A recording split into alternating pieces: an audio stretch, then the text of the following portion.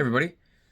Today we're going to go over some of my nutrition of how I am going to lose 50 pounds from the end of November until Memorial Day and get in shape for Tulsa Tough and for the next racing season and just life stuff in general. So I want to preface this with on November 25th, I got a full blood screening. I went to the doctor, had a bunch of tests done, and I was in pretty much great health. Everything was within normal ranges.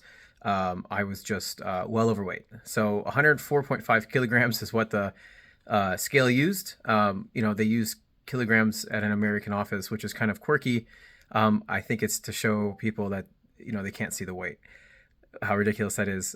Being a cyclist, I'm pretty well aware of kilogram to pound conversion. So I'm going to walk through how I developed my plan, how I stick to it, what I do day to day, and kind of where I'm at currently. Today is January 7th, and we're going to quickly just walk through some basic stuff that I think you need to know and what I'm going to be doing, for the foreseeable future to really get back down to my goal weight of hopefully about 170 by the end of the summer. I am 5'9" and a half-ish, about 176 centimeters. November 25th, like I said, I weighed 104.5 kilo. It's around 230, 231 pounds. And my goal weight by Memorial Day of 2025 is 80 kilograms, so about 180 pounds, roughly in that range. So let's dive into the data. The most important thing you need to do is calculate your BMR, your basic metabolic rate. I am 29 years old. My weight was 104.5, my height around 175. That gets me around 2,000 calories a day. BMR, little to no exercise, 2,400. Obviously, I'm exercising quite a bit, and I've gone over that in some other videos of how I'm exercising and what I'm doing specifically for that. So next, I'm going to calculate my BMI. This is where I get your obese number. So when I started out in November, I was obese, 34.1, and that's category 1 obesity. I really hate that word, but I just got to take it on the chin and not get that. So I will become overweight once I reach about 205, 206 pounds. I'm currently, according to the scale yesterday, 216 pounds, which is right, actually ahead of schedule. That'll be a big day. Very excited for that. And then, I'll get to the normal weight, hopefully by, March time.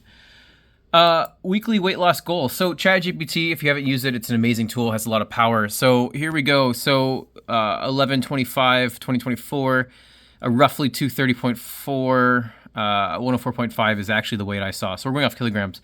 Goal weight is 80. So today we are at the 7th. So I should be at about 99 kilos. So I'm actually under 100 kilograms. That's fantastic. I'm at 216 actually right now.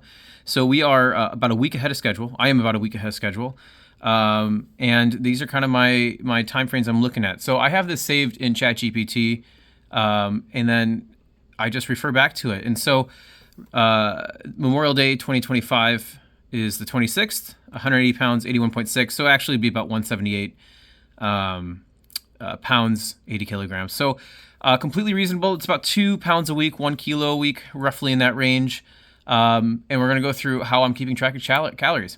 So ChatGPT, again, super helpful. Now there's, a million tools out there. I've used MyFitnessPal. I've used other things here and there. But I find that ChatGPT is the best. It's completely customizable as you use it. So we're going to go through a normal day for me. Actually not normal. I usually don't eat bagels. How this works. So let's go down to here. So here, I want to start with kind of the output, right? So I asked it to create an Excel style chart. I have an accounting degree, so I love Excel, of my macros, the goal, what's consumed. It takes a calculation for the day, and then remaining. So protein, I'm trying to do higher protein, high carb, low fat diet. I'm still training. I'm still trying to, increase my base, doing a lot of base training, endurance, sweet spot, tempo. And so we can see that I'm eating about over 100 grams of protein.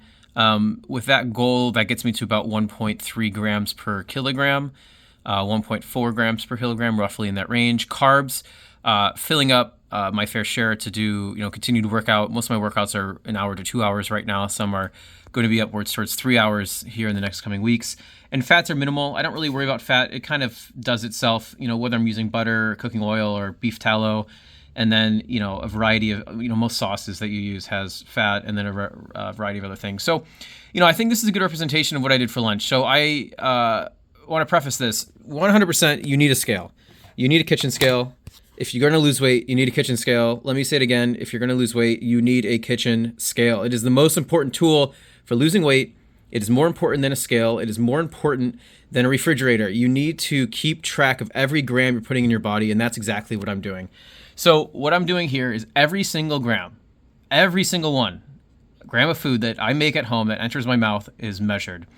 I measure the butter I cook with. I measure, roughly with tablespoon and measuring spoons for liquids, and then any solid is measured. So this is the output. So 395 shrimp calories, rice, a little bit of butter to cook the shrimp, a little bit of mayo, Kewpie mayo. It's the best. It's from Japan. Topping and a bit of rice seasoning, also known as furikake. Gets you your output. So I like to start the day with either eggs or yogurt. It's a great start, or bananas, also fantastic. Sometimes mangoes, etc., etc. And we're going to go through this whole list. You can see I have weeks and weeks and weeks and weeks of data of everything I've eaten, every single gram of food. So that is how I'm keeping track of nutrition. I can dive into some great cycling meals, but I think rice is the best carbohydrate. Weigh it before you cook it. It's the best way to count those calories. Eggs are your best friend. They're about 70 to 80 calories an egg. Good source of protein, good fats, and everything else. Lean beef, chicken, fishes. That's kind of where you want to go. And then I also use whey protein to balance out the rest of the diet to get to the protein goals for the day. So I am also weightlifting, and so I want to make sure my protein is not pretty maxed out. So that's how I'm doing it. This is really short, really sweet and simple. Happy to dive in more, but if you're looking to lose weight, it's a calculation of calories in, calories out. I'm not keeping track so much of my workouts. If it's 1 hour, I don't count those calories. If it's 2 hours, I'll take half the calories from a Strava workout.